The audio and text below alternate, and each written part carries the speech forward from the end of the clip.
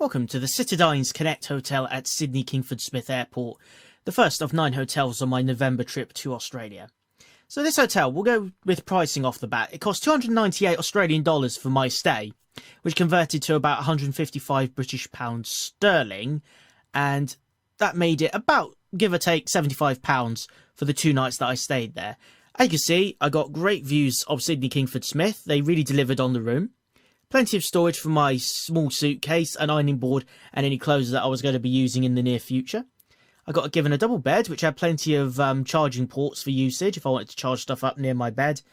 Tea and coffee was provided with a kettle, and I was also given a fridge to store anything that could be chilled, or including cans of drink, maybe some chocolates, if I wanted to buy my own snacks.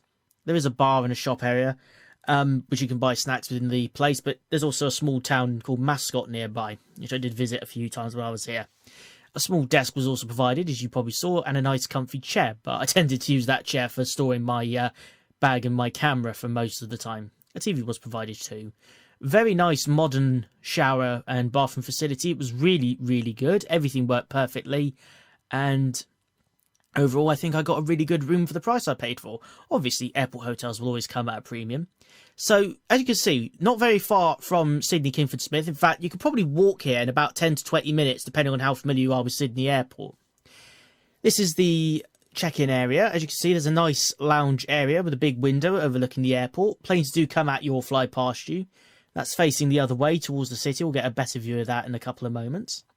There was a restaurant bar area, which I frequented a bit during my stay in order to get some photos in the nice cool air conditioning. My 300mm lens did the trick, and there was plenty of charging facilities if you wanted to charge a phone, a laptop, etc. if you were doing work here. There wasn't really a set meal or dinner, but you could buy stuff that could be prepared easily. That was a small breakfast I had before my checkout when I had to go on to my next flight. I decided to grab a snack to keep me going in case all the airport cafes were busy. And as you can see, that is the view facing the city. And just to provide an idea of what the views look like for aeroplanes, you can probably just make out that Dash 8 flying in to Sydney Kingford-Smith. That was landing on the far runway near the international terminal. But the other airport terminal, they probably come more over you on descent.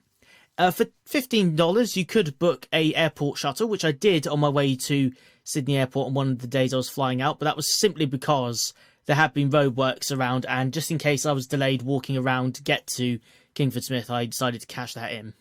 And as you can see, there's another look at the views that were provided. I had no complaints, everything worked like clockwork, and I'm prepared to rate this hotel very modestly and highly at 13 out of 15.